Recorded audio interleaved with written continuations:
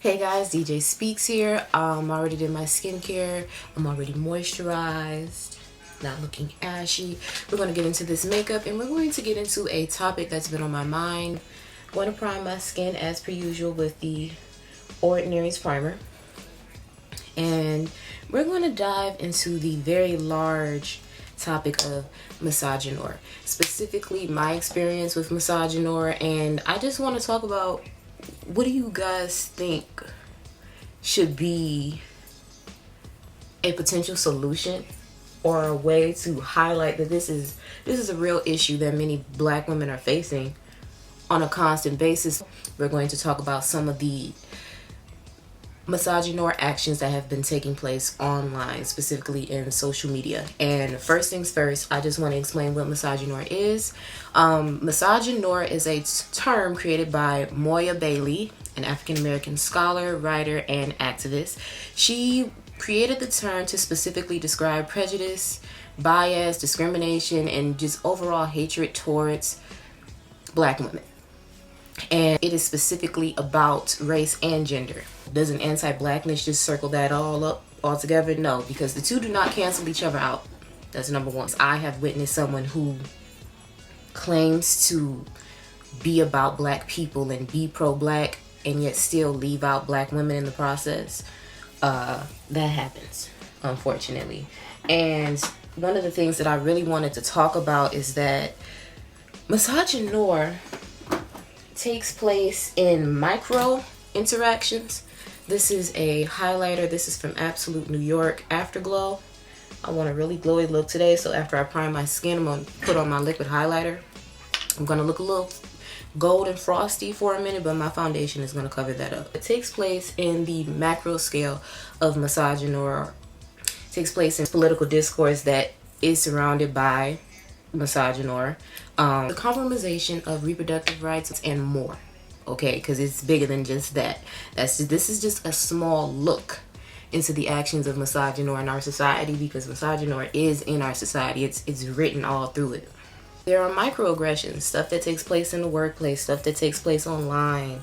One microaggression that I noticed is that for some reason, at least with some of the figures we've seen online, because we live in a social media age. When you tweet something or you like something, you create a status, it's an ink. It doesn't go away, never. So we've seen a lot of people's old tweets get unearthed recently, and I've noticed that a lot of those tweets are filled with Misogynoir. And for some reason, it seems like everybody went through a phase when they were younger where they just hated black girls. For some reason, we were a trending topic when it came to bullying and to making fun of us. Unfortunately, I'm using the e.l.f. foundation. I don't know how many times I can say unfortunately, but it is unfortunate that they hate us because we are the bomb and they are missing something. They are missing out, honey, okay? So it's unfortunate for them, okay? But back to the topic at hand. Misogynoir can be done by anybody. And there is internalized Misogynoir. And sometimes we face Misogynoir from our own. It's a very heavy topic because it takes part in so many different avenues of our society and in our personal engagements with other people. And with that being said, Misogynoir has a way of really being mentally taxing on black women because it's so normalized. And although not all black women have the same exact experience, I can bet you that sooner or later they have or they will, because it doesn't get addressed. And as long as it doesn't get addressed and as long as it gets normalized, the more it happens. And the more there is a bigger risk of it happening to someone else again. I'm going to highlight my under eye with LA Girl Pro Concealer in Warm Honey. Some of us have internalized the hatred that they've been fed for so long and they don't know. And that's where we get movements like those hateful hashtags on Twitter, and everyone decides to engage. Everyone can push aside their differences for some reason when it comes to making fun of black women. We've seen it on literally every platform. So it's not just one specific platform. Trust me, I know it's not just Twitter. It is taking place on places like TikTok, Facebook, Snapchat. It would be easy to chalk it up as envy. It would be easy to chalk it up as repressed affection. It would be easy to call it that. It's deeper because it affects more. There's a reason it's established itself in our society for so long, because this isn't something that just happened. This is something that we're talking about now. This is something that we have, you know, the tools and the platforms to discuss amongst ourselves now. But this didn't just start happening. And you're not going to tell me it's just because, oh, well, they want to be like you. They wish they were you. No, it's deeper than that. It has to be deeper than that. Because typically a lot of the reasons for a lot of the hate that we face, a lot of the prejudice that we face, it tends to be attached to capitalism. But that's a whole other video. A whole other video. Right now I want to talk about my personal experience with misogynoir. And my personal experience, like a lot of black women's personal experiences, took place with misogynoir in adolescence. You start to notice things, and even it's not just with microaggressions between, you know, students. Sometimes it happens with teachers. These are grown people who are supposed to be, you know, essentially the guardian of you at school, and for some reason they treat you differently. There is this inherent sexualization of black women even when we're children.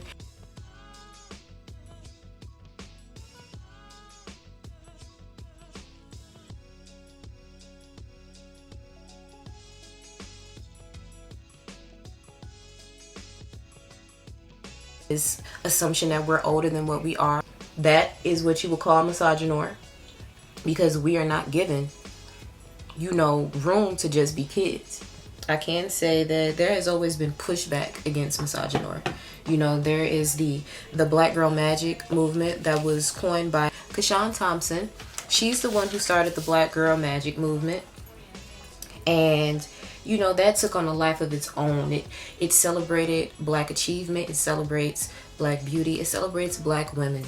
You know, and you're not going to tell me that misogynoir isn't a real thing, because if it wasn't a real thing, there would be no reason to produce movements like Black Girl Magic. We need that empowerment. We need to push for that empowerment, because we have a whole world of people who want to see us lose.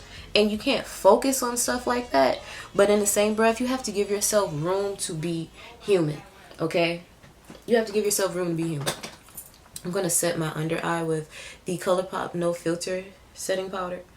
You can see that the light's too bright, but that's what I'm using underneath my eye. Yeah, I mean, there has always been movements towards black women and accepting our black beauty, accepting, you know, understanding that we have so much to offer despite the world telling us no. Even though the world will take what we have to offer freely, happily, excitedly, and sell it with a different name and claim we didn't come up with it in the first place. That's misogynoir. Gaslighting the experiences of black women. That is misogynoir. So you can't tell me it doesn't exist when there is a whole group of people telling you, yes, they have faced it, and you gaslight them anyway. You wouldn't gaslight anybody else like that. That's what you would call an example of misogynoir. All right, I'm using the Fierce by Nature Morphe palette. I want something warm. Okay, we're going to go warm. We're going to see how this performs, and we're going to see where we go. But I don't think there's any reason we should pretend that misogynoir doesn't exist, because if it didn't, we wouldn't have all these different practices and movements and support groups, because it exists. We're not just taking it lying down. Like I said, it's mentally taxing on black women, and anything you do that will ensure your peace of mind is a slap in the face of misogynoir, because misogynoir is about the hatred of black women. That means they want to see us struggle. So if you can act on anything that makes you feel strong, that makes you feel at peace, that makes you comfortable, you already won.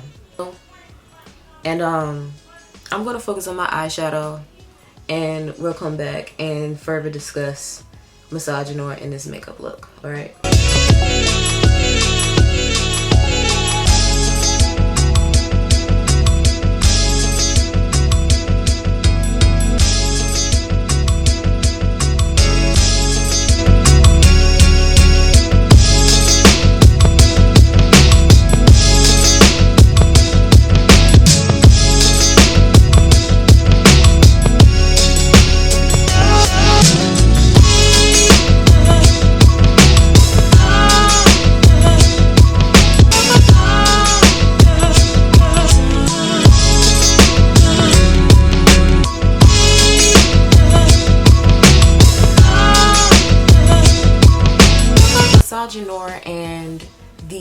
gaslighting of its existence. That's what we're not going to do. Okay? I'm going to use a fluffier brush for this color because that is very pretty, but it is very intense. That's very pretty. Let's see. We're gonna use that as our blush. And that's what I really love about bringing the eyeshadow out and on the cheeks. Man, because I'm really into using eyeshadow as blush and highlight right now. Eyeshadow is more pigmented than blush because blush isn't supposed to be so bold on the cheeks, but I don't really care about that right now. I don't really care about that. I just want to look flushed and warm and maintain some color. But yeah, we're not gonna gaslight the existence of misogynoir. It's a real thing, okay? The intersectionality of gender and race, there have been so many studies on it. You're not gonna tell me, oh, well, in the case of black women, it doesn't exist. It does. It does. And I suggest, well, something that I do to avoid certain microaggressions with misogynoir is I utilize my block button and my mute button on all of the platforms. I will block you any and everywhere if you say something that I don't like, because you're not gonna bring that trash over here, okay? And I know for a lot of people, some people are calling for another, movement. Another movement for black women. Some people think that we need to go directly to the source when it comes to misogynoir. We need to start calling people out and making them accountable for the things that they say and taking responsibility for the things that they do when it regards black women. And personally, I believe in both. I want to call people out and I want to support my own.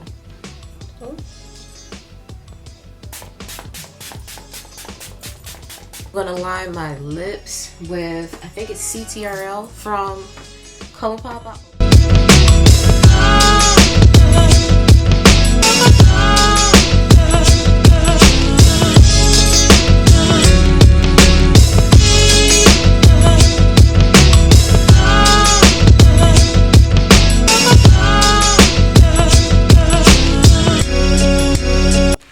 Okay guys, this is the final look. I really like the way this look turned out. Yeah, I like the way this look turned out. But yeah, that's what I wanted to discuss in today's video, was just the existence of misogynoir, my experience, and what you may have experienced. Discuss that misogynoir is a real thing. There's a specific disdain towards black women. We as black women go through so much. We have to take care of ourselves first, and we have to acknowledge our own mental health first. So we cannot always be soldiers on the front line because we're human. That's what this video was ultimately about, is, acknowledging that as black women, we do go through struggles and there are specific biases that are working against us. And we also have to acknowledge that we are working against them. We are pushing back. We are fighting back. And at the end of the day, I just want my platform, my space, community that's safe for black women, that promotes black women. So I just want us to stay encouraged. I want us to remain motivated. And I want us to acknowledge our humanity as people. Because a lot of the time, we don't give ourselves room to just be human. This is DJ Speaks. I spoke. Like and subscribe if you want to. It's free. Hopefully you like today's makeup look. I like it. And yeah, have an awesome day, guys. Wash your hands and don't touch your face. Bye.